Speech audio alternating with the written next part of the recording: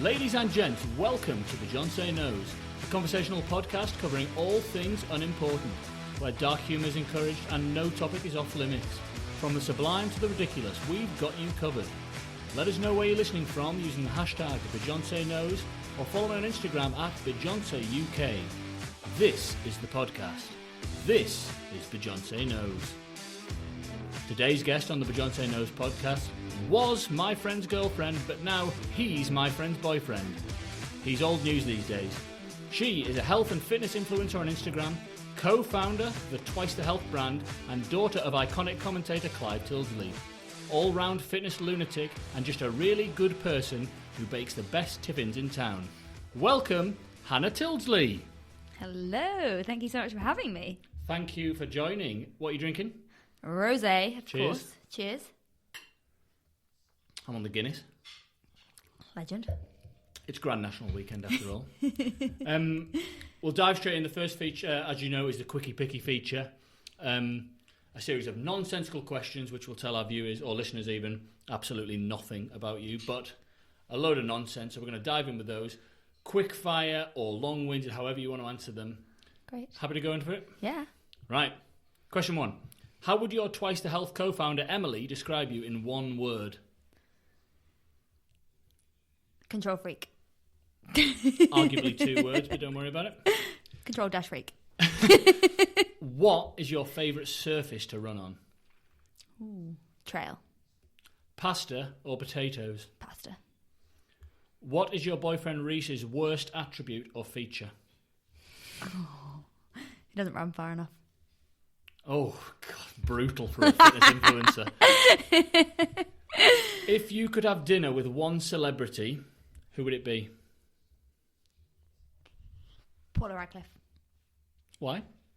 Because she was like, actually, Paula Radcliffe and Kelly Holmes were my kind of like childhood heroes. Right. But I've been fortunate enough to have breakfast and have a good chat and across at various times with Kelly Holmes. So I have to say Paula because I haven't actually sat down and had a chat with her. So Kelly's old news to you. I understand.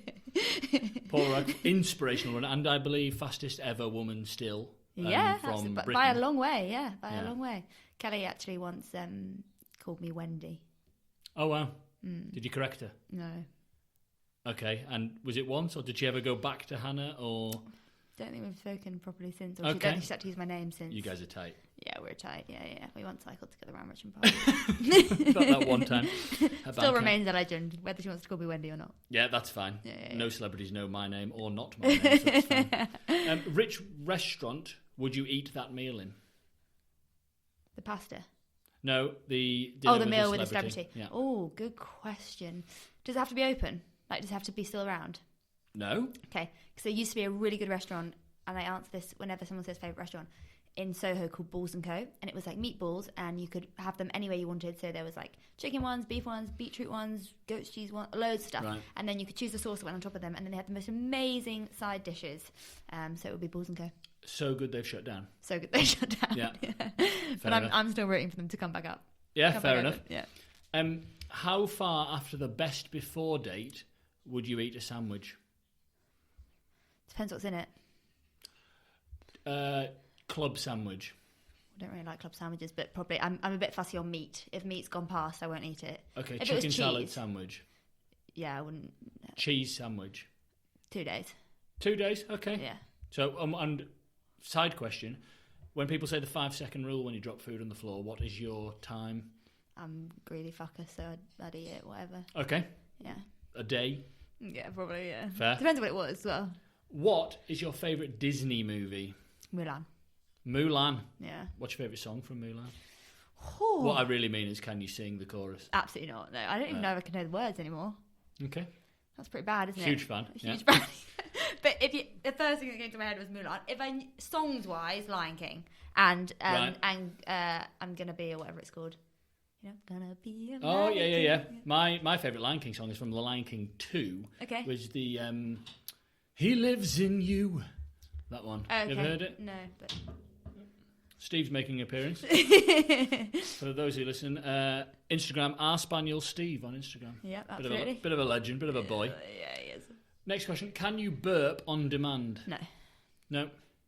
I knew you were going I to ask don't me to think do I it if can. I said yes, so I said no. I don't Can- think I can. you No, do- I don't try? think no. I wouldn't even know where to start. No. It's I got don't to, burp. if you're trying and can't do it, it's going to be pretty poor audio for the listeners. I don't burp, I'm a girl. Girls don't burp. Of course, yes. And you've never farted either. No. Last question of the Quickie Picky. With chips, gravy, cheese or curry sauce? Kind of both. Of which two? Probably of course you gravy do. and cheese. Great. Ooh. Well, Cool. curry sauce and cheese wouldn't go, would it? I like all of them on chips. I Okay. should say curry sauce because that's a big Liverpool thing, isn't it? Well, I'm cheese. Oh, right. Cheese and mounds of salt. Best chips and curry sauce I ever had was outside Anfield. It was really, Oh, good. really cold, and we were waiting to go inside to watch football. Because you're from the world, right? Yeah. Yeah. That's all right. The dog's in the background. He's a feature. He's got more followers than me on Instagram. Well, we'll do a podcast with Steve. Yeah. So you were saying the best chips you've ever had outside Anfield, as in proper football. With curry sauce. Fantastic. With Anfield, yeah. Yeah. But probably, if I had to choose one, probably cheese. Yeah. Yeah, but I do like all of the above. Chips and cheese is my go-to. Yeah, you'll come to realise throughout this podcast, if any more questions about my diet pop up, that I'm not the best, haven't got the best diet in the world.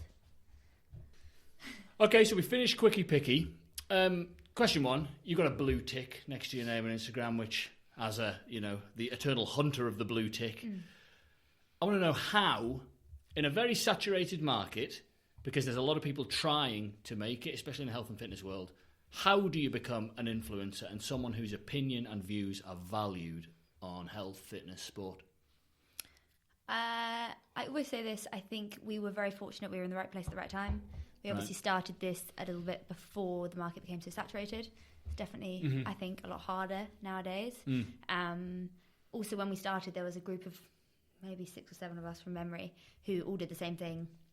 Always joke about it. I trained chest and triceps for absolutely no other reason other than Instagram said that it was a cool thing to do. Right. I don't use my chest and triceps particularly in running, so not necessarily that essential. But I think we were very fortunate. We knew a lot of very cool people who were already in the game and were bigger than we were. So we were at the right events. We were hanging out with the right people. Sounds like, we just hung out with them because of Instagram. That's absolutely not true. They're great friends and remain great friends. But I do think we got quite lucky. And then following that, I think we found a niche. Which is what? Which I think is endurance sport. Okay. Well, I know is endurance sport. Running specifically, but obviously it's become a little bit broader over the last 2 years. I also think we're quite fortunate in that endurance sport is becoming quite cool now. Yeah. And I like to think that we do it in a responsible way. We're definitely never going to be influencers that rep endurance sport as a kind of do till I die mantra. Whilst these events are tough, we like to think that we do them sensibly and sustainably. And I think I do think we're very fortunate to have each other, because I think it's very easy to be swayed and to be taken off track, off your niche, off what you believe. It's very easy to catch on to what other people are doing and think, well, they're doing it, so I should do it as well. And we've done that, by the way, numerous times. We've made all the mistakes in the book. So just explain what Twice the Health is for those who don't. So Twice the Health on Instagram. Yep. There's 2 of you. Just explain a little bit about what that is, who it's with. Sure. So it's with my very best friend in all of the world, Emily, who is a nutritionist, currently actually back at university studying to hopefully do her dietetics once she's done this master's. Okay. We actually ran against each other when we were younger, a lot younger, we think. Who was quicker? Emily, 100%. Right. Diplomatically. Ask me who's quicker now. Who's quicker now? Who's quicker now? To be fair, only probably me, because Emily's had an injury, but usually probably Emily. Depends over distance, actually. Probably, and she would say this as well, probably anything up to about 15k, Emily's probably quicker. Anything over that distance, I'm probably a bit quicker. Okay. We always joke that I'm quicker over a longer distance because basically I'm more happy to run through pain, whereas Emily will pull up when it's sensible to do so, whereas I often will not. We ran London Marathon together in 2015, I think. Right. Got a place in London Marathon. Both of us were very much 800 metre runners. I signed us up to London Marathon with 10 weeks to go. We decided to essentially document that journey, of which I got injured 2 weeks in, so I'm going to do it by myself. But we remain strong.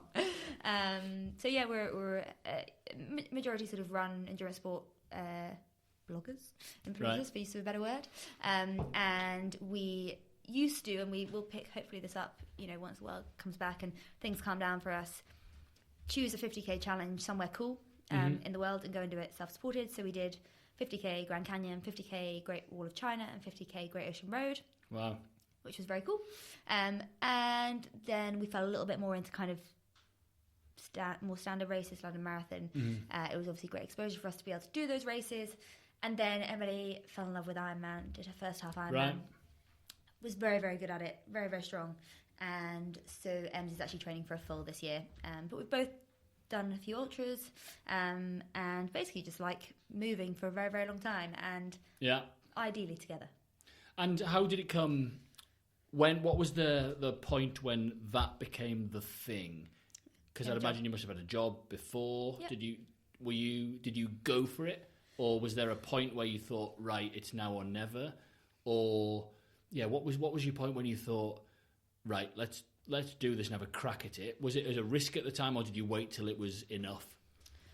I've always worked on top of Twice the Health. I was very fortunate to have a job then and a job now that I absolutely love. I think I have the best job in the world, Twice the Health and my real job. So I've always worked alongside it, but we got management that actually came to us. I don't think we really thought that far ahead. Right. So they approached you and said, we'd like to manage you? Yep. So that was like... You're obviously doing the right thing if that's the case. Yeah, so that was about 3 years ago. We're still with that management. They are absolutely fantastic. Big shout out to 16th. 16th management. Big shout out to Danny for initially bringing us on, and Jess, who is our now manager, who is just an absolute delight. And I guess, when we got those on board and we started to get some big contracts and some big jobs, and we never started Twice the Health to become a job, but it is definitely now a big part of. And what's a big contract? What's a big job? The first big one we probably got was probably Adidas. Okay. That was a big one for us back then. Now we are sponsored by Under Armour, so we work with Under Armour. Yes, that was very exciting. Yeah, and they're amazing and fantastic and support us so much. And the really nice thing about Under Armour and about these big contracts, and previous to Under Armour, we were with Lululemon, who were the same, but what we've really found with Under Armour, which is perhaps not something we've really had before, is they really took the time to get to know Twice the Health and get to know our brand and get to know what we both like and what we both enjoy and what kit we like to wear and what events we might be doing that they might be able to support. And it's been really nice to almost have like a friendship in that partnership as well as just a sponsor. Yeah. So we feel really fortunate to work with Under Armour. They're obviously an incredible brand, and you've always got clean and shiny trainers. And clean and shiny trainers is always a winner. But they get it, which is really nice. Okay. You can work on some contracts. We've been fortunate to say, to be fair, but you can work on some contracts and they just don't get what you do, and they sort of try and tweak messaging and change messaging, and it doesn't sit in line with anything that we've ever said or done. So you wonder where the brand's got their kind of reasoning for reaching out to you. Right. Our management are very, very good at kind of streamlining that process. Right. And very good at kind of picking up jobs that they know we'll like. And we're really fortunate that they take so much time and care and consideration into all the jobs we do. But that can be a tricky one. It's also, being an influencer is relatively not an easy way to make money, but you can be paid relatively well for, perhaps less work. And that's not saying influencers don't work hard, because I actually do massively disagree with that, in that there's a lot of time, a lot of effort, and a lot of care, a lot of consideration that goes into all the content that is produced for various brands. But it is quite a good way to make money, and I think it can be very tempting to take jobs that perhaps don't fit with what you do. Because it's a job, because it's there and money's on the table. Because and it's whatever. there. Yeah, we've all been, every influencer you speak to, who's got a relatively good following, I'm sure at some point will have been offered a job that they absolutely know is not on brand, but there's a 3, 4, 5 figure number there, and they've thought, well, if I just do this, and that that's me. And we've all been there, and fortunately we've got each other. 2 are both pretty picky, and we've got great management who, even if we wanted to, probably wouldn't let us take the job. But it's definitely... And you seek and take their advice because that's their job, right? Yeah, we do. We really do. And they would always respect our opinion, and they would always work with, if we were really passionate about doing something, they'd absolutely let us do it. Obviously, there's jobs that don't pay as well that we really are keen on doing. They might not even pay at all, but we're really keen on doing them. And they will always support our kind of decisions and our ideas 100%. And we can go to them with brands as well. So we might say, hey, we really want to work with I don't know, zip car. And they would actively seek to... As long as they've got Lamborghinis. As long as they've got Lamborghinis, we obviously we don't drive anything but Lamborghinis. Well, no, you're an influencer. Yeah, blue tick. What... That's interesting, because I wonder when it becomes monetized, I wonder what the number is, I guess. I won't ask you to obviously name figures of contracts, but there's obviously some serious money, because people like myself follow you, and there are some people I follow, I scroll past their pictures in no time. I'm interested in health and fitness myself, so I will view your content sort of in depth. Yep. A lot of people will view your content in depth, or you wouldn't be getting these contracts. It's obviously an engagement you've got from people. It's really interesting that when that becomes the thing, is there a point when it becomes hobby, or is there a point? Steve's on a good time. In you go, mate. Okay, good boy. When did you think? Was there a moment you thought, yeah, we're going to make some cash from this. This is going to be a thing, or was it? I know you said management approached you, but with brands and stuff, was that the moment when management approached you and you thought, right, we're obviously doing something here. We might be worth a few quid. Yeah, I don't know. And to be completely honest, I don't think either of us still really recognise what it is we've got.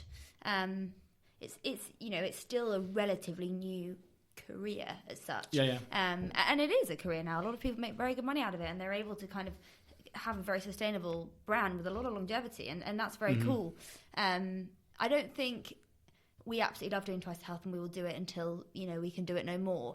But we do both have other passions, so I don't think there's ever been a massive money focus on it for either of us, which is partly why we only take jobs we really, really like. Not that we don't need to, but it's never been about money for us. So I don't know whether we really had that light bulb moment. Obviously, it's been incredible that we've been able to make a living out of it. And I'm so grateful to this day that, our management support us and for all the incredible brands that work with us.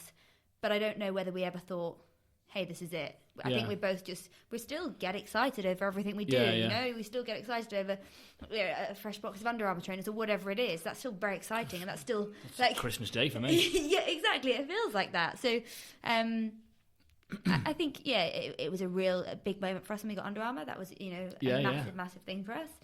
Huge, second biggest sports brand in the world now, I believe. They're big, very big. So that's amazing, and that's an absolute credit to what we do, and we're very aware of that. We really appreciate that that's been acknowledged. But I wouldn't say there has been a moment where we both thought, okay, we're going to chuck everything else in. Because it's not all. One day you're nothing, and the next day you're something. Yeah, and we both have jobs that support Twice the Health as well. Right. Like, I'm sure we'll touch on what we do outside of Twice the Health, but both the jobs that we do outside of that are very complementary of the work we do with Twice the Health. Now I do want to touch on your other passions, but you said earlier, being an influencer, some people don't think it's a real job. Now, the thing I was going to say was, you said it's not all about the money. It's all about the money for me. Someone once gave me £25 towards charity for one of these episodes of this podcast. My dear friends, the Kingsland family. So I had to give them a shout out. Yeah, absolutely. Hope they get a blue tick soon and recognise it. I won't. Have you got haters? Have you got regular haters? What are those people like, and what do they hate? 'Cause I can imagine health and fitness, the majority are going to be positive people. But I imagine there's some keyboard warriors out there who've had a go at you. I'm just interested to know what's the hateful stuff that comes. Because for those who don't follow Twice the Health, firstly, do. The second thing is, what's there to hate about two girls that get on really well, smile all the time, and have a nice time getting fit and healthy? But have you got haters? Tell me about them. You don't have to name the names. Great if you do. But what about that? Yeah. And they are at. I'm very aware that in this industry, there are a lot of people who get some really horrible comments and hateful comments and just horrible abuse. I've got some great, really good friends in the industry who have been torn apart, and it breaks my heart because they are absolutely some of the loveliest people I've ever met. We have actually been quite fortunate not to have a great deal of hate. We have silly things. Oh, like what? I remember we recorded a workout video. It's called, oh my gosh, what's it called? Horseshoe Bend, I think it's a canyon near the Grand Canyon. I think that could be wildly wrong. We've got any big geography fans on here. We're pretty losing listeners by the minute here. If we've got that I'm wrong. pretty sure it's called Horseshoe Bend. We recorded a workout video there. You know, very short, sweet workout video. Obviously, incredible scenery. Yeah. We were not stood on the edge of the canyon, but someone basically went to town on us and told us how irresponsible and ridiculous we were recording a workout video on the edge of a canyon. We were about 100 metres away from the edge of the canyon, you know. So, but it's only you, I say only. It's only you that falls off. Yeah. It's not them. Yeah. Why do they care? Goodness knows. So we've had stuff like that. Around sort of movements, mainly we'll get people who... We don't really do anything super controversial, I don't think. So we might get... it's coming. We might get, you know, silly things. Like, we did get one email once around a recent kind of movement, and it was actually from someone we knew, or we had, you know, contact with at Run Club or whatever. Right. And it was, you know, I actually have a lot of respect for this person because they felt so passionately about something. They took the time out of their day to send us an email, which I respect. I actually just dropped said person a message and said, hey, let's jump on the phone. Let's chat about this. Yeah. And we had, an actually very good conversation where we talked everything out. And there was a lot of good points in there. There was a lot of things that, you know, we should have been made aware of, which was great. But I wouldn't say we've had anything really horrible. Dare I ask what that issue was? I won't mention it. Fine. But yeah, I mean, you can probably guess. But it was completely fair enough.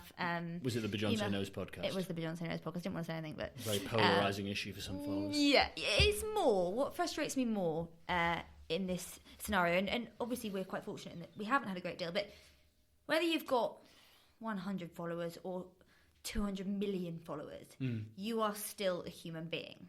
Yeah. And you are still a human being with emotions, with feelings, with thoughts, with opinions, by the way, and it's okay to have opinions. I feel very passionately about that. And I don't know why people think they have the right to tear said person down or to, you know, try and belittle them or whatever they're trying to do. We had a few messages around COVID, around Christmas, when someone thought both of us were breaking the rules, or a few people did, and neither of us were breaking the rules. We both have mums that live by themselves who came to either stay with us or we went home to for Christmas. And without actually reading into the situation or taking the time to ask us, which, by the way, I would have answered happily. Yeah. They essentially message you and keyboard warrior you, which is fine. Fine. But Emily, who ran Twice Health with, always, you see a message come in and she WhatsApps me straight away saying, don't you even think about it. Yeah. Because I'm there to give them all the sarcasm and to, you know, put them in their place, because I don't think people should, just because we've got a profile and an influence doesn't make us, you know, numb to, or numb to, you know, we still, I take everything personally, I'm pathetic. Yeah. So, in short, very fortunate not to have a great deal of haters, but we've had the odd message. Oh, I'd love a hater. If anybody listening wants to get in touch as a hater, let me know. We welcome you on the podcast. Yeah, absolutely. Like polarising conversation. I've got chicken Bijans. I need to find a name for my haters. Something will come to me. Yeah. The other things that were born, we talked earlier. So Twice Health has obviously been the catalyst for you. There's some other stuff that you've got going that has been born out of. You've got Run Strong, which is your coaching platform. You've got We Are Runners, which is your run club based in London. All around the UK. All around the UK? Fantastic. Yeah. Well, I haven't been offered a T-shirt for that. Never mind. You want to start one in the world? Fine, done. Now. Great. Consider it done. You heard it here first. Yep. One member. You work part-time for Ultra X, a wonderful company I've done some ultramarathons with. Yep. The company to do ultramarathons with. Couldn't agree more. You've got a marketing platform. Yep. What's that called? It's called Capture Connect. I wrote it down correctly. And look at that. Yeah. So you've got all these things. Are they other passions? Are they because of Twice the Health? Are they alongside? Are they part of? How does it work? Is that all with Emily as well, or is that you? How does that work? Yeah, so Twice the Health, Run Strong and We Are Runners are businesses that I run with Emily, and then Run Strong we also run with our coach, Brad, who is our S&C coach, has been for 5 years, maybe more. Strength and Cake, S&C. Strength and Cake, yeah, absolutely. He would actually love that, so probably, I better copyright that right now. Create my new Instagram profile. He's fantastic and a fantastic business partner, coach, and now a very, very, very dear friend. I probably speak to him twice a day, if not more. More than your boyfriend? More than my boyfriend, 100%. He runs further than my boyfriend, so. Also a very good ultra runner himself. Ultra X is, I'd actually say, is probably my sort of main thing at the moment. Okay. And hopefully for the foreseeable. I'd say it's probably where most of my time goes at the moment. And just tell us, for those who don't know, what Ultra X is. I didn't do a very good job of explaining it. Well, you said we put on the best races, which is true.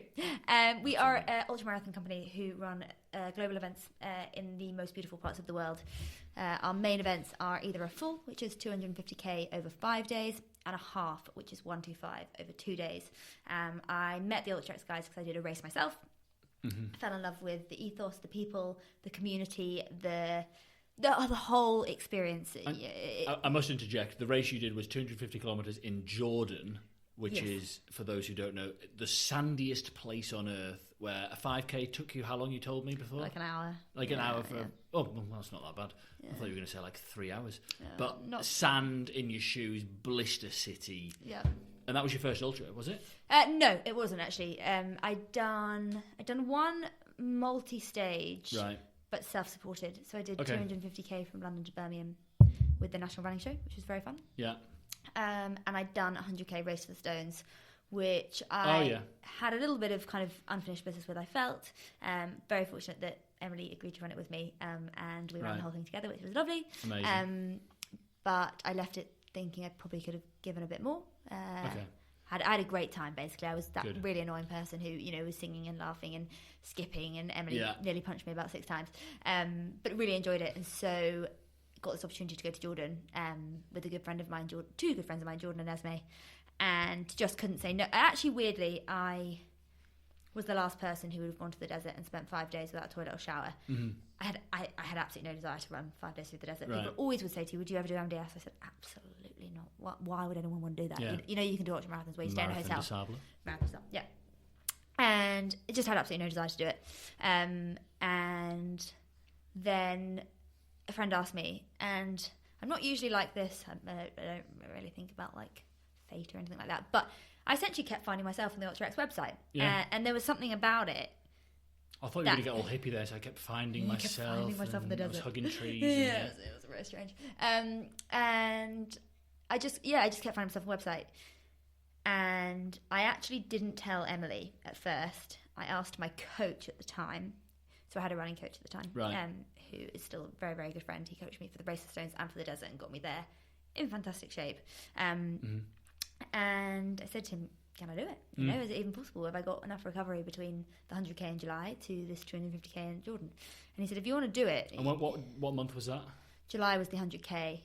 This was July, and basically. Jordan was? October. Beginning of October. Okay, fine. So end of July, beginning of October. And Jordan, correct me if I'm wrong, Ultra X Jordan is what the Wadi Rum used to be? Wadi Rum Ultra, yeah. It used to be Wadi Rum Ultra, and then the two founders of Ultra X took it over. I see, fine. And I said, can I do it? And he said, you've come out of the 100k with no injuries, in good nick. I went to Portugal for 5 days afterwards and did absolutely nothing but drink and sunbathe. Well earned. Yeah. And he said, if you want to do it, I'd rather you did it now, where you're at a good base level. We can recover you and bring you back up. You built the engine. Taking you all the way down. And so he said yes. And I remember I was in a hotel room in Surrey on a press trip with Emily. And we had a phone call with Brad about who was our strength coach, or still is our strength coach. And he brought it up. No, I hadn't told him yet either. Oh, right, wow. So he said to both of us, what's next? And I said, well, I've actually signed up to a 250-kilometre race through the desert in Jordan. And he said... Drop the mic. Fine. And Emily, what did Emily say? She was happy. She knew that I was desperate to get back out on sort of longer distance stuff. She decided not to do it. But, yeah, it was great. And you finished that? Finished that, yeah. And great. It's still your WhatsApp profile photo, I do believe. Absolutely. If you've spent more than 1.5 minutes with me, you've heard about Ultra X Jordan. Reese will have to put a ring on it before that picture gets changed. Absolutely, yeah. He's got a long way to go. But it was, I'm biased, and I'm in the marketing team, so obviously going to say this, but they are absolutely, truly, and I'm sure you'll agree with me, completely life-changing events. Yes. And they take you away from real life, and they challenge you, test you. Our founder always says you experience the highest highs and the lowest lows, and he's absolutely right. I've got videos that still to this day have not been posted of me swearing, cursing at Jamie and Sam, furious at them for making me trek through, knee-deep sand for however long. But then you cross that finish line and you are completely elated and the happiest person in the world. And the crew team always used to say, whenever they asked me anything, I'd go, yeah, fine. Yeah, good. Yeah, good. Yeah. I'm a positive person. Everything's fine. Everything's good. The bottom side of my left foot is completely raw. Yeah. But I'm having a good time. Yeah. But, going back to other jobs, it's fantastic. And Jamie and Sam, I hope you're listening to this. It's an incredible company to work for. We'll get them to come on the podcast. Yeah, absolutely. They are sort of 4, including our intern Jasper, incredibly passionate people who just absolutely love what they do and are totally committed. Are they runners themselves? Yeah. Jamie's probably cyclist runner. He's getting more into running, I think, recently. But they both love endurance. Absolutely, yeah. You've got to, right? Yeah. All 3 of them do. 2 of them, Chris and Sam, are very good runners. And they're just so passionate about this company and about creating experiences that do change people's lives. And as long as I can be a part of that I would, I will be. And very fortunate to be on the team. Well, I've scratched the surface of ultramarathons, and I think all of my ultramarathons so far, apart from one I did 10 years ago, I've been with Ultra X. Yeah. So not to brown nose my way through this portion of the podcast, but for anybody who wants to do an ultramarathon and your first one, I think it's 80% of people who sign up have never done a marathon. Is that right? 40% have never done a marathon. There is some number closer to 80% that have never done an ultramarathon. Right. I can pull it off the top of my head. If you're in doubt, just sign up and have a go, because it doesn't matter if you fail, because you'll learn more and you'll find great company. And I've absolutely loved my albeit limited exposure to them. Worth noting, there's osteos and medics every 10k, so Yeah. And osteo is the one that give the massages? Yeah.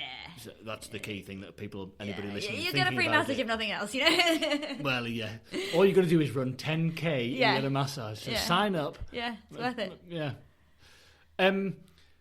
Okay, I think that's probably a nice time after we finish Ultra X to go to the ad break, which was missed out last week as we were doing the podcast with Myrtle. So we're going to go to the ad break, and we'll be back soon with more juicy content from Hannah Tyldesley. Have you considered yourself a bit of a green fingers during lockdown? Well, this is the product for you. Add some class to your garden with these homemade, in absolutely no way tacky, porcelain statues. Choose your favourite historical character and transform your garden space for just $299.99. Discount levels may vary. Lesser purchase models such as Adolf Hitler and Piers Morgan available for just £5. The pandemic has made staycations the go-to holiday of 2021. Well, it's time to take things to the next level. Get that holiday abroad feeling with a 30-minute flight from Gatwick to Gatwick for just $99.99. Feel the buzz of air travel without the risk of having to see sunburnt bellies of Brits on the busy beaches of Benidorm. Conditions apply. You will still be charged extortionate amounts for your luggage. This offer is not at all protected. Welcome back to the Beyonce Knows podcast. I'm joined by Hannah Tyldesley of Twice the Health on Instagram. You all right? Yeah, good. Having a good time? Yeah. I forgot to mention before, you said about the highs and lows of ultramarathons. Before we get on to Legend and Loser, I did want to say that without the lows, I don't think the highs are as high. Yeah, 100%. I forgot to say that, and I absolutely believe that, and I said my limited experience into the ultramarathon world.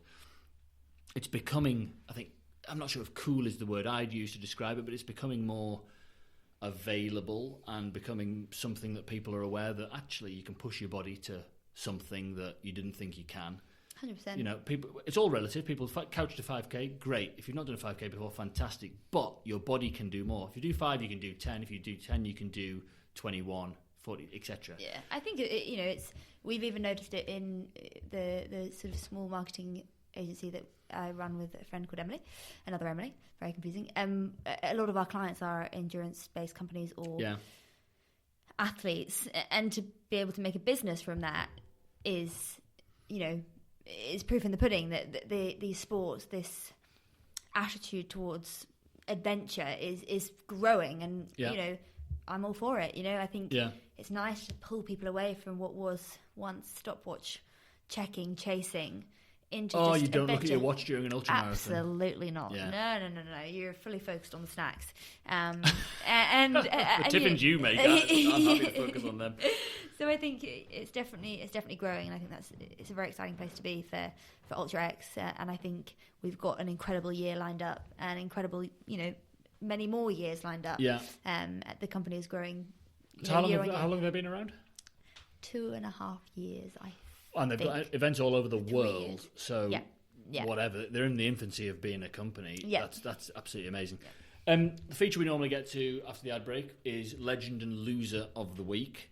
You can be as rude, as offensive, as honest, as complimentary as you want. Anybody. You tell me yours first this week. So I'm going to be quite boring and close to home, only because I actually can't really think of a loser. But I do know that Reese picked up dog shit this week and split the bag, and it went all over his hand. And I'd say that's pretty bad. So he's going to be my loser of the week, despite him doing lots of wonderful things for me day in, day out. Oh, don't name them. We only want bad content about exactly. the boyfriend. Yeah. And my legend would have to be my very good friend Jess, who very kindly ran a massive errand for me today and delivered the dumbbells and kettlebells that I'd borrowed from a gym back to a gym so that I could go running on the trails. So she has to be my legend of the week. Well done to Jess for the hand delivery of some dumbbells. Yeah. It's the little things in life. Yeah. My legend of the week is Rachel Blackmore. We're recording this on the day of the Grand National. She's the first. She won it. She won almost everything at Cheltenham. She won the Grand National, I believe, first female jockey. And in her interview, she said, "Stop calling me a female jockey. I'm just a jockey." And I thought, yeah, you're tough as nails. You're a legend. And she won it with a very classy... I'm a bit of a horse racing enthusiast, and she won it with a very classy ride on a very good horse, but she got absolutely everything out of that. So Rachel Blackmore, legend of the week. My loser of the week is... It's not human. Easter eggs is my loser of the week, because I feel this week, after the Easter celebrations of last week, I feel there's probably a lot of lonely and uneaten Easter eggs. I know I've got a few, and I just feel I feel a bit sorry for them. But I mean, they will get eaten. I mean, does chocolate go off? I don't know. I don't think so, really. Yeah. And you can bake with it, right? Yeah, I'm always baking. Yeah, I think so. You look like the baker kind of guy. Yeah, I love baking. Yeah. What I love is putting a fork through a ready meal, the taut plastic top of a ready meal. Satisfying, isn't it? I'm a ping chef, is what I'd call myself. Okay, so that's my legend and loser of the week. Rachel Blackmore's the legend. Easter eggs are the losers.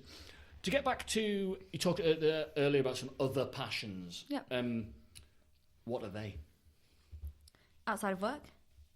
Whatever you want to talk about, but yeah, to get away, what are your other passions in life? Because you said earlier you don't think Twice the Health is the be-all and end-all. You don't know how long it'll go. It's a real passion now, and it's going incredibly well. But you said you've got other passions outside of that. What are they? Outside of work, or things that might become a job, or whatever? Yeah, I mean, Twice the Health we will continue to do it until we can, you know. Yeah. We'll always do it if we can. Until you're 103. Until we're 103, still wearing matching outfits. But I think... wrong time to take a drink. Let's start in work. In work, as mentioned, I'm absolutely so grateful to be a part of the Ultra X team. I was not looking for a new job when Jamie messaged me asking me if I knew of anyone to take my position. And I obviously said me. So this is the Ultra X, and he asked you if there's anyone to take your position.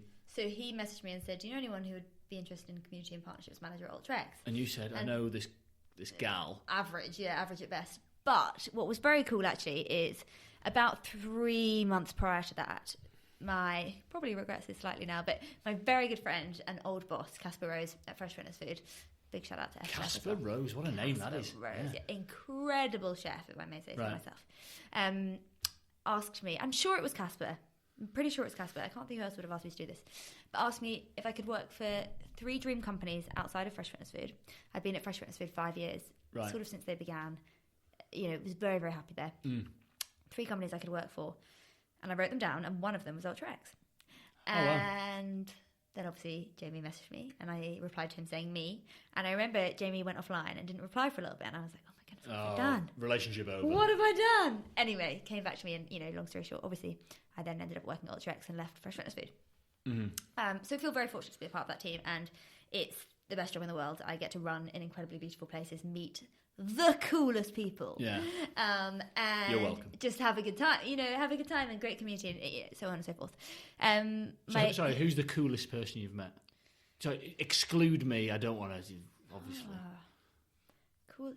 There's so many, and I wouldn't say the coolest, but in terms of incredible people who I've met who just, I think, make the world a little bit brighter, I'd have to say there's a few. Renee McGregor is fantastic. I didn't meet her through Ultra X, which is part of the Ultra X community. But I'd have to say, and Lewis Robbling and all the people around me today, all fantastic people, and lots of others. Here. Yeah, but I'd have to say, and you're going to agree with me here, I know you are. There is a wonderful human being, in fact, two wonderful human beings who have been with Ultra X since day one and are incredibly passionate about what we do and support us until they are blue in the face. And those people are James Cook and Anna Davison. Can't disagree. Both of them are just total legends. 100% believe in what we do, 100% get it, have done since day one, and I just couldn't be proud to know them as people. I think they're both just glorious individuals. And that's one of the very cool things about this job. Yeah.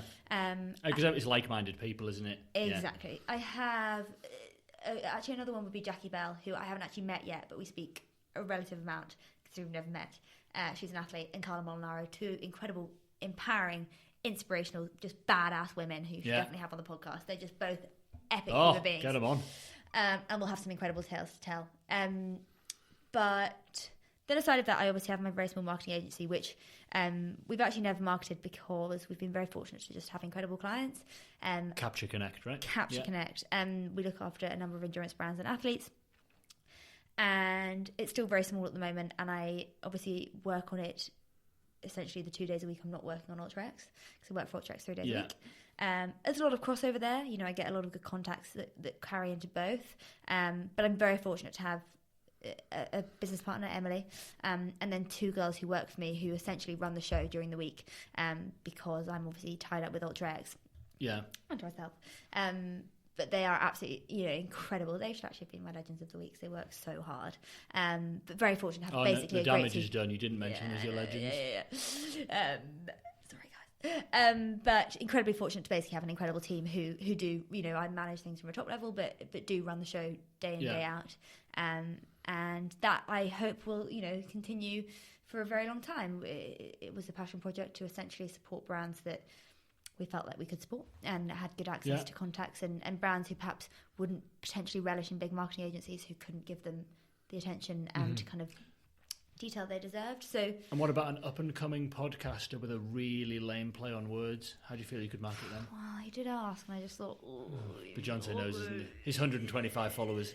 You think I don't need help, is what you mean? Yeah. No, that is absolutely not it. I'm very excited that we might get the opportunity to work with Beyonce because I think it's great. And I said to you before, I think these types of podcasts, lighthearted, funny, inspirational, feels like you're in the room with someone having a conversation. I was hoping the list hadn't ended there. Are my type of podcast. And I think it's so great to have conversations with people from all walks of life. And it's actually one of the many reasons why I also love working at Ultra X, because you just meet so many incredible people that perhaps you wouldn't run into in day-to-day life. So I'm all for it. And outside of work, so if I try and ignore ultramarathon running, I know it absorbs a lot of your brain power, but what about those passions outside of work?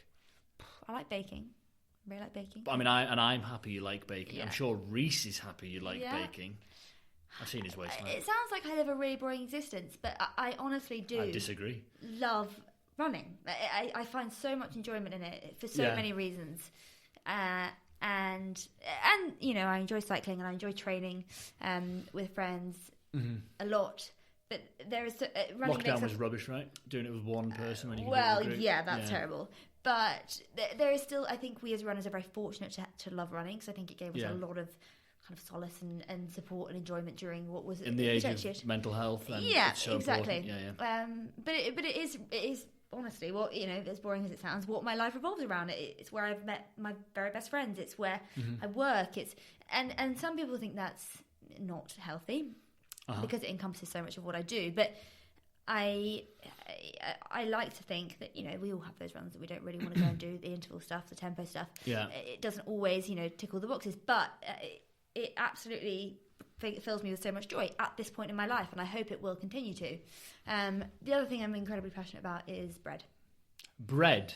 I love bagels. A few weeks. Did you listen to Evie's podcast? Evie's You haven't? Oh, No, I don't think I have. call yourself a fan. Yeah, sorry, don't bother me. I mean, don't even if you follow Beyonce. Hardly anybody does. I do. Evie is a age group GB triathlete. She talked about soy, one of her passions. She was reading a book on. I said, "What's the last book you've read?" As part of the Quickie Picky, and she said, "A book on soy." Oh. And we got into that. So we've covered soy, and on this episode, I believe 8. I think this is bread. Yeah, All the hot topics. I did say at the start, no topic is off limits. Yeah, bread. What about bread? Do you like? This might be a short section of the I'd podcast. say bagels are the main focus, but I remember meeting someone once and they said they didn't like toast, and I was like, "What do you mean you don't like toast? You can put anything on toast." And who is that? Can you name that idiot? Yes, his name is. He's not an idiot. He's a lovely guy. His name is Wally, and I don't know. How He's to a say Wally, it. is what he is. Odios. I don't know how to say his surname, which is really awful of me, but I've never been able to say it. But his name is Wally, and he's a lovely, lovely, lovely guy. I work with him a lot for Freshman's Food. It's like Odiosamoe or something like that. Very loud for Better me. than my attempt. But he's a fantastic individual, such a lovely guy. It was a great supporter of Freshman's Food and really lovely guy. But yeah, he told me he didn't like toast, and I thought, what do you mean? You can put anything on it.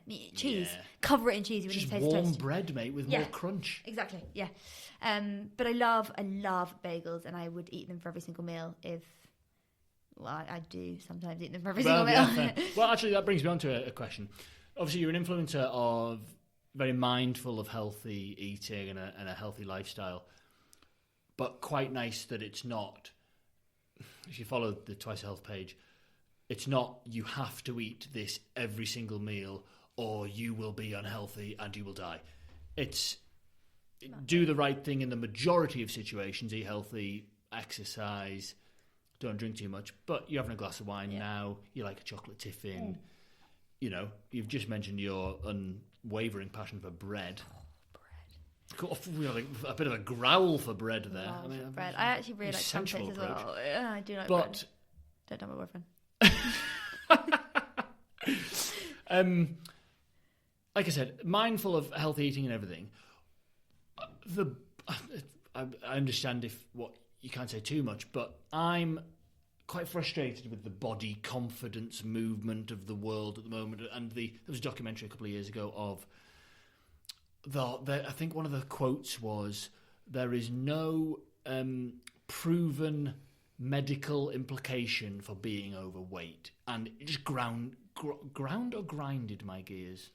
Ooh, ground my gears. Ground my gears. Craig, episode 1, he'll definitely know the Craig. The most well-read man of all time. And that bothers me because there are many medical implications. No, you don't need to be stick thin. Size 0 shouldn't be a thing. But people, you need to eat healthy generally, and you need to exercise. I could eat much healthier. I could exercise better, but I'm relatively healthy.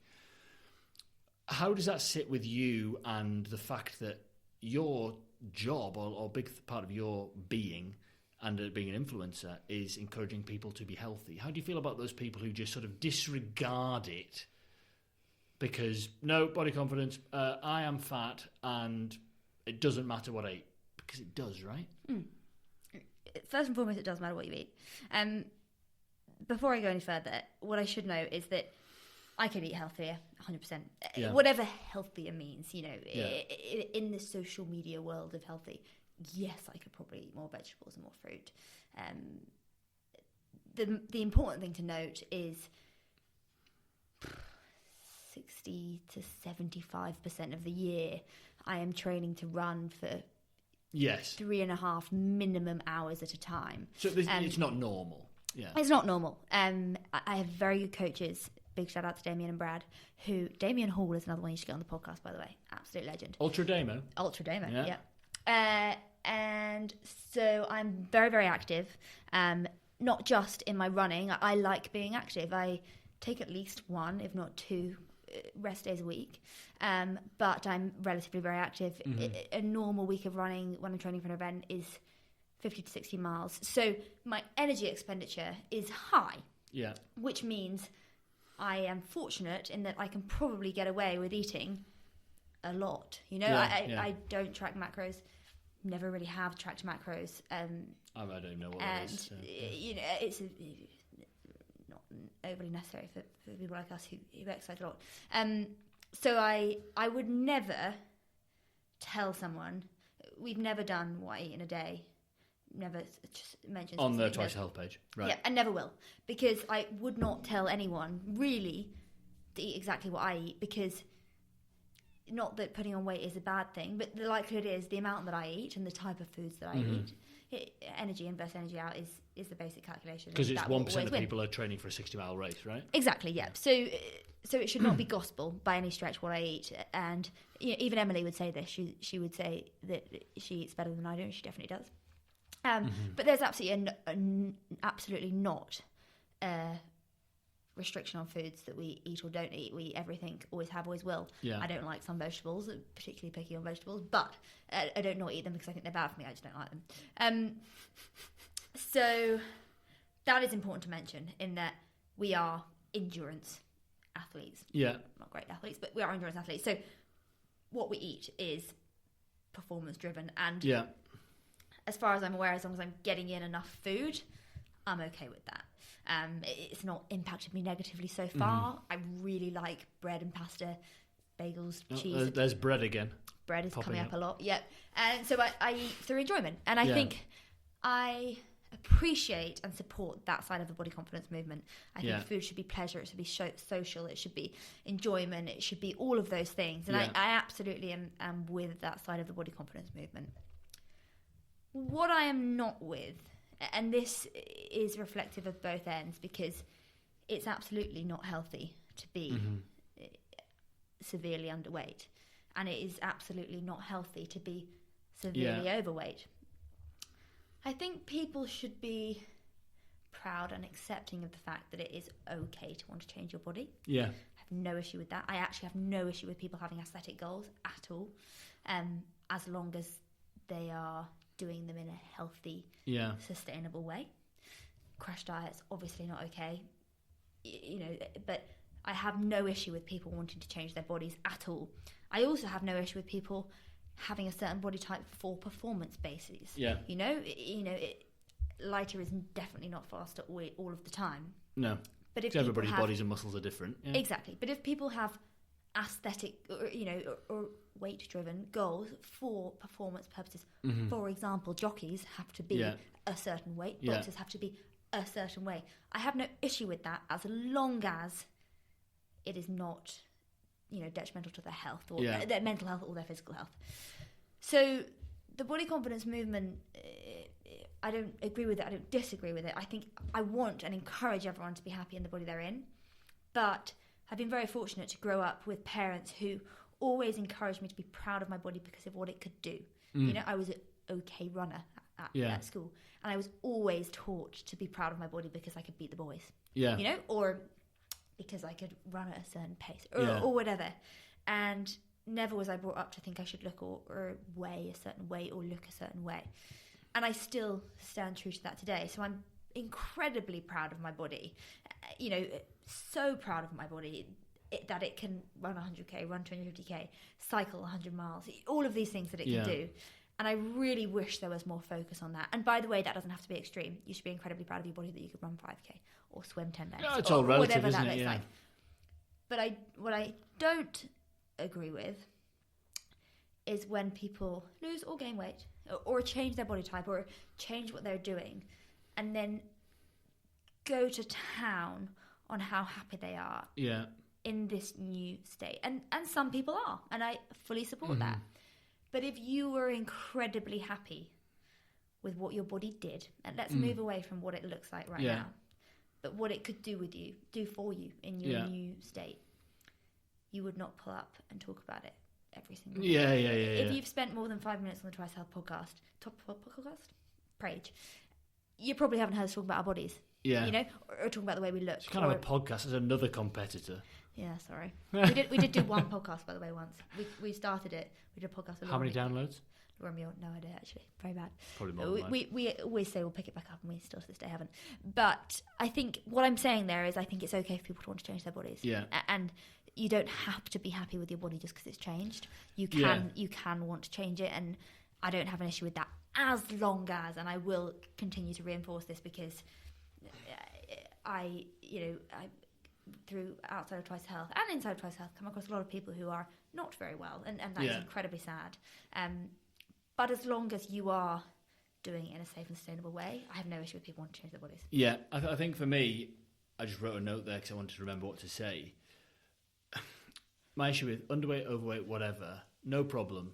If you need help, you might even not be in a position to be willing to seek the help, but if someone identifies and helps you, the problem I have is if someone is, because there are reams of proof that extreme body, whether it be underweight or overweight, is negative for your health, right?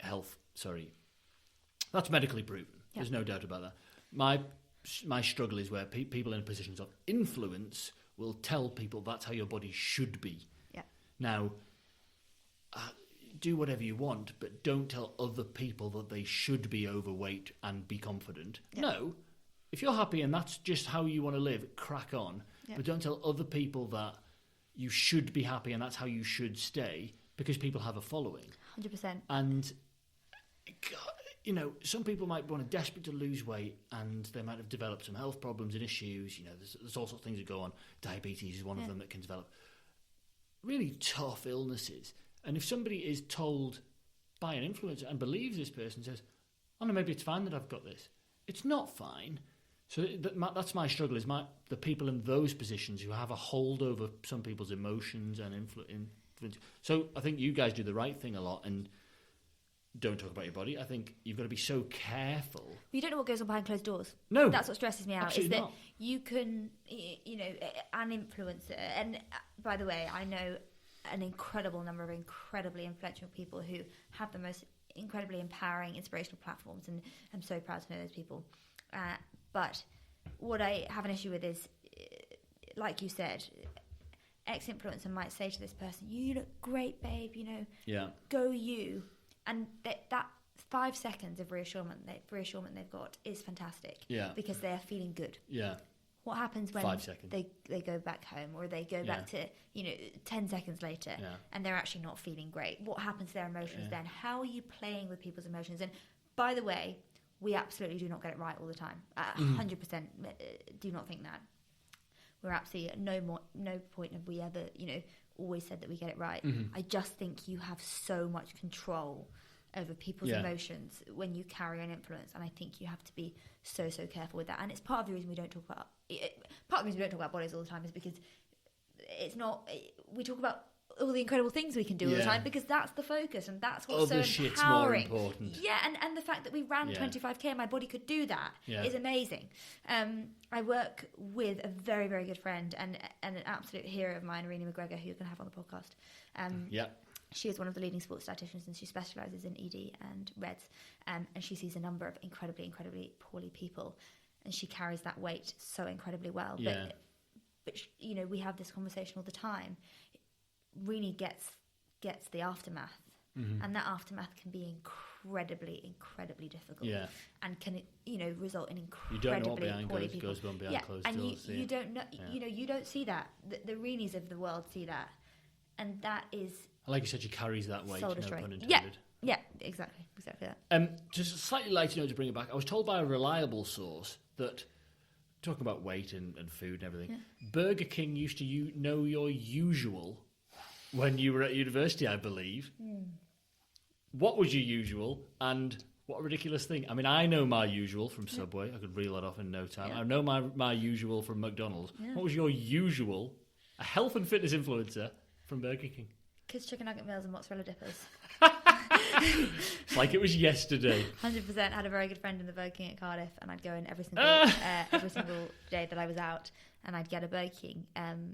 I would... I'm not sure I'd go to Burger King. If I was going to go to a fast food joint, I'd probably go to KFC. Oh, no. Yeah, I'm a Golden Arches man. I went to the Golden Arches during the Dawn to Dusk 100 kilometre. We've covered that. I don't want to get too deep into it.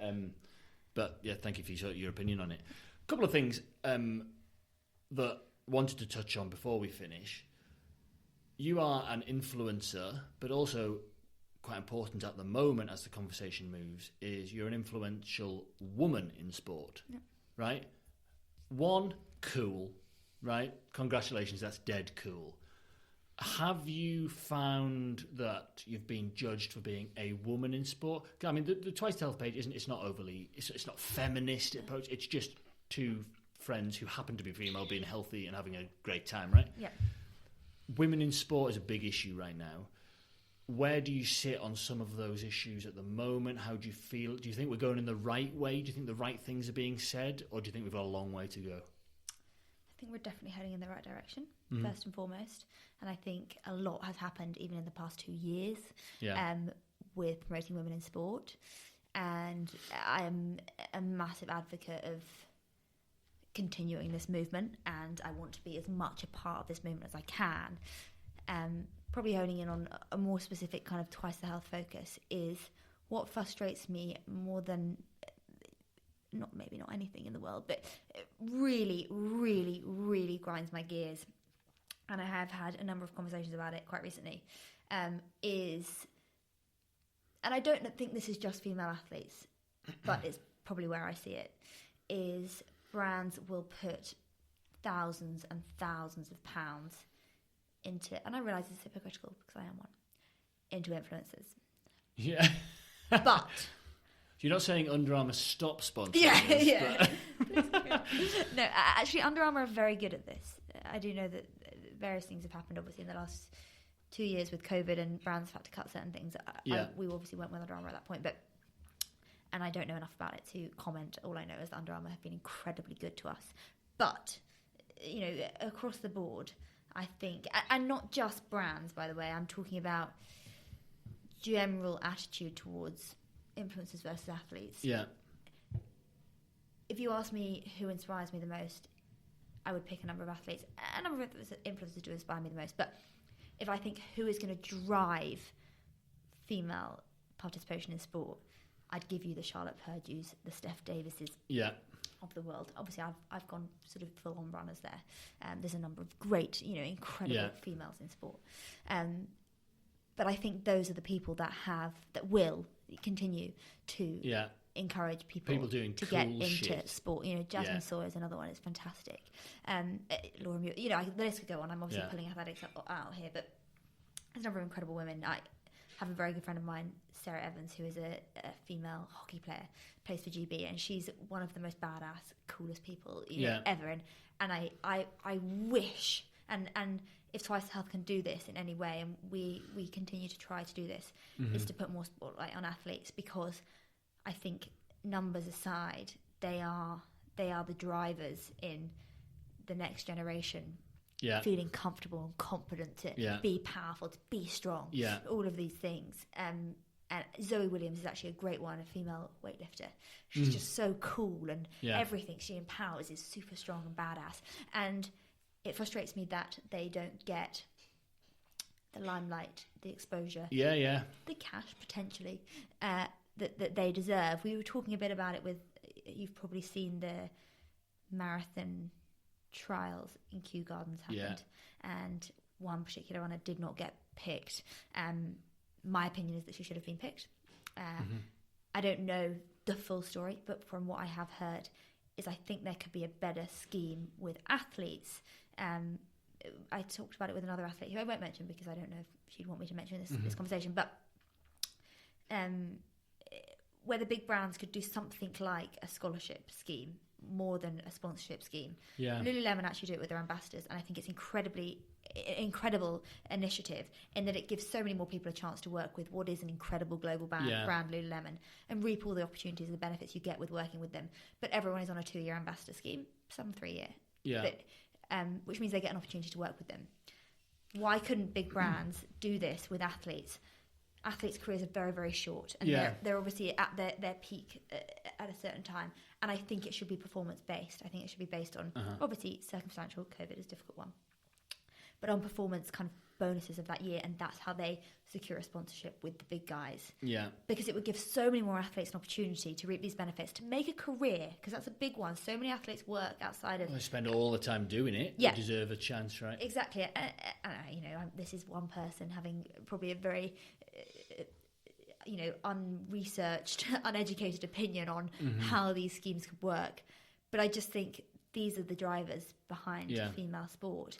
And if we could give them the opportunity to be sponsored on, say, a 3-year cycle, you know, Yeah. or something like that, which would give more athletes an opportunity to be Yeah. to be brought to the limelight. Well, it's interesting. I must mention Sky Sports have an athlete, they call it the Scholar Programme, I believe, and we talked earlier a little bit about Holly Doyle, Yeah. the jockey. Yeah. She was, I'm 99% sure now I'm saying it, I'm not, but I think she was a Sky Sports Scholar Yeah. athlete Yeah.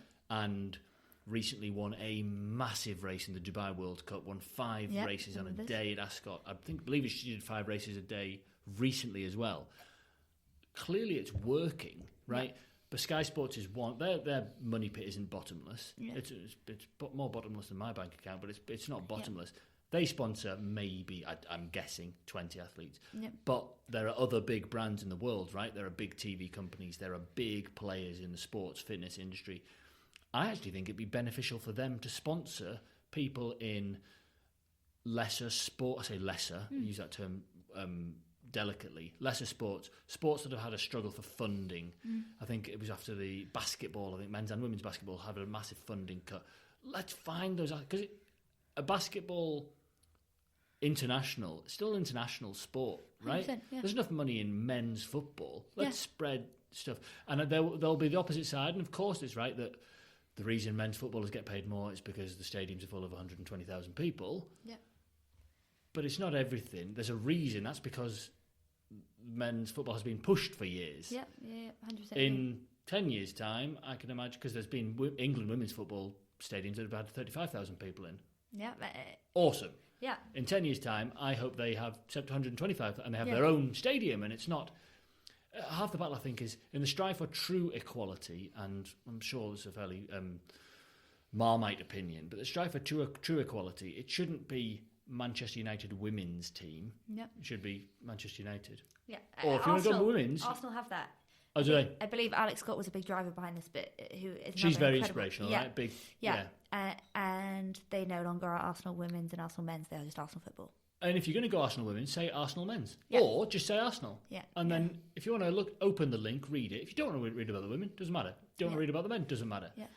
But having that separatist approach of it's the women's football show that we're doing. No, just have the football show. Right? And that's the strive for true equality when it's equal, when it's not we're calling it this or that. I think tennis is getting better. They call it the men's finals and the women's finals. They call it the finals and the women's finals. Yeah. And that's true equality, is when everything's the same and equal, right? Yeah. And, going back to the basketball thing, or I talked to Sarah a bit about it in hockey as well. How can these sports be expected to grow? Which, by the way, have hundreds of thousands of young people up and coming who want to be the next, Sarah Evans. It's the people who are 4, 5, 10, 11. They matter now, right? Yeah. But they're not going to... They're not going to, throw themselves at these careers if they don't see it. So we need to give these sports exposure, whether it's men's or women's. Yeah, the sport itself should get exposure, whether you're a man competing at it or a woman competing at it. And I do think we're making steps in the right direction. I really do, 100% believe that. But there's always going to be more we can do. And the reason we started Capture Connect, which is the agency, going back to the agency, is because we would like to be in a position in a year, 2 years' time, to have a foundation where we support female athletes in growing their social media presence, or supporting them in marketing, essentially, because it's a massive part now of becoming a successful, not necessarily successful athlete, because I know not all the best athletes in the world are the biggest guys on social, but developing a presence and a profile which allows them to hopefully have a longer career. Is we'd like to be able to support young athletes, old athletes, whatever, to essentially grow their profile and to make the most and fulfill their career. But that was part of the reason we started Capture Connect. Love it. Thanks. I've got one really quick thing I want to say before we wrap this up. I spoke on the first podcast and probably all the podcasts about how brilliant David Goggins is, and he's changed my life. And I know you said to me this morning, you love the guy, but there's not a bone you've got to pick with him. I think David Goggins is a monster, and I love how tough he is. Is he your cup of tea? Yes and no. Does he follow Twice the Health on Instagram? Absolutely not. Yet. There's a lot of things that I think are great about David Goggins. I think his dedication to these endurance event sports is fantastic. I love some of the stuff he does. I think, he's he's helped to grow the sport of endurance sports. What I don't agree with is go till you die. There is very few people in the world who can, That's the Navy SEAL in him talking. Right? Exactly. But there is very few people in the world who can train, race, run, bike, swim like a Navy SEAL. And duct tape their feet up to keep going. The fact you had to duct tape your feet probably says that 99% of the people in the world should stop doing whatever they're doing. That is the issue I have with it, in that people see him doing these wild things and think, I could do that. What they don't see is the years and years of training he's got in the bank, and years of mental, physical challenge that he's got in the bank. They just think, what is it, 4 miles every 4, whatever it is. Yeah, the 4-4-48. Fine if you're consistently running, I don't even know how many miles, but consistently running a good number of miles, and you've got a good bank of S&C, and you've got a good run of S&C in the bank, and you're strength and cake in the bank, and you're fit enough to do this. Yeah. But if you are not, you are going to break. I think if you've read his 350-page book, you understand it more. Yeah, which I've not. But if you've read 2 Instagram posts... Yeah, I was going to say, actually, possibly, I'm probably slightly ignorant to him. You can borrow them. But I have seen, from the snippets I have seen, and again, part of perhaps why I don't agree with everything he does is because I'm sure there's hundreds of people like me who've seen snippets of what he's seen, but don't have access to the other incredible kind of endurance communities that perhaps take it in a slightly lighter manner and just think, I'm going to do that. Yeah. And I see the injuries and the falling out of love with the sport that comes with jumping onto doing something like that. As I said, I do not disagree with everything he does, and he's obviously built an incredible profile for himself, and he's obviously made an incredible living out of what he does. I love him. I'm here to drain the well. Great. During the 100k, I actually said... I think I said I'm willing to die to get to the 100k, which is the stupidest thing I've ever said, but I got there. Not sure I was willing to die. But it's also worth noting that if anyone listening has done an endurance event, there has absolutely been times where, maybe not every endurance event, but an endurance event where you probably should have pulled the plug and you probably should have stopped running. And I didn't, I kept going and caused myself injuries, whatever. Yeah. So we've all done it. And I'm not saying that, I would not do what he does, but because I probably would. I'd probably run through pain. I'd probably run through injury, do all of those things. But I like to think I've got enough education or enough knowledge in my bank to know when... I think it's the training is when you need to be able to... In an event, you've committed, you've paid your entry fee. Yeah. Sometimes that entry fee is fairly hefty. Yeah. Yeah, I completely agree with what you're saying. And I also see we get hundreds of messages, my ankle's the size of my head, but I've got a 20-mile run to do on my training plan today, so should I do it? Body confidence, that's the key. Yeah. You absolutely should not. No. Gary House did a really good post on it, actually, the other day, and it was someone who sent him a message saying, my ITB's flared up, but I've got 10 miles to do tomorrow or something. And his response was, don't do it. It was like, what should I do? And it was like, don't run 10 miles, go and see a physio. Still progress. Progress, yeah. So that is my issue. Fine. The last and new feature, shout out to my friend Adam McKenzie for this great idea. It's called Refer a Friend. I'll surprise you with this one a little bit. If you refer a friend and they appear as a guest on this podcast, I will donate £25 to a charity of your choice. If you don't, I'm challenging you financially here. If you don't refer a friend, or you refer a friend and they don't come on the podcast, I'd like you to donate £25 to a charity of my choice. Who's the friend you're going to refer? And they can't be anybody that I asked at our recent run. Sure. Who's the friend you're referring? And what do you think the chances of them coming on the podcast are? Can it be someone I've talked about in this podcast? It can be anybody in the world. If they've got a blue tick, that'd be great. I'm really struggling for followers at the moment. Let me think. There's a few people that I've Do you want me to play some background music? I've spoken about in this podcast, so I don't want to necessarily say them because Steve is obviously begging for me to have him on the podcast. Yeah. Very talkative. I'm trying to think of like cool people who maybe have done something. Good friend of mine actually, and actually I mentioned him earlier in this podcast. Who I might come up with a few people here now. The brain's starting. Oh yeah, refer a friends. Yeah. So a good friend of mine who was my coach for Ultra X Jordan and Race to the Stones. And I say him partly because he's fantastic, but also because he's got a number of very cool stories to tell. And he's just a fun all-round person. Would be Luke Taberski. Luke Taberski. Keep an eye out for his episode. So I've already said Carla Monaro, who I think would be great, and Jackie Bell, who I think would be great. Oh, I've got one. Mike Wardian. Mr. America. Very good ultra runner. Yeah. Absolute legend. Hands down, one of the nicest guys I've ever met in my entire life. He would go to the ends of the earth for anyone.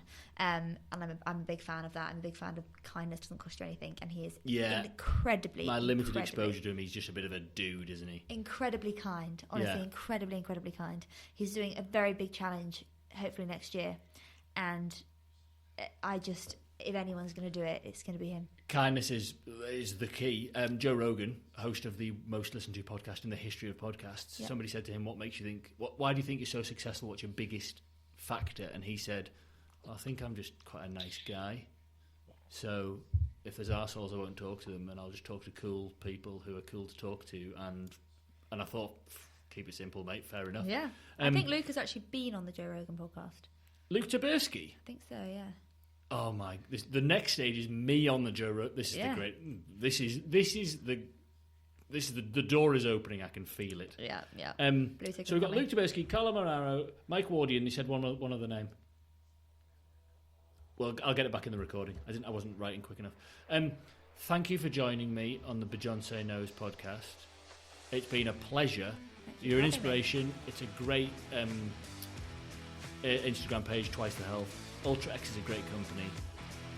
Thank you for coming on. Honestly, I really appreciate it. And honestly, it's been fantastic. You're an absolute pleasure to be around. So thank you for coming on.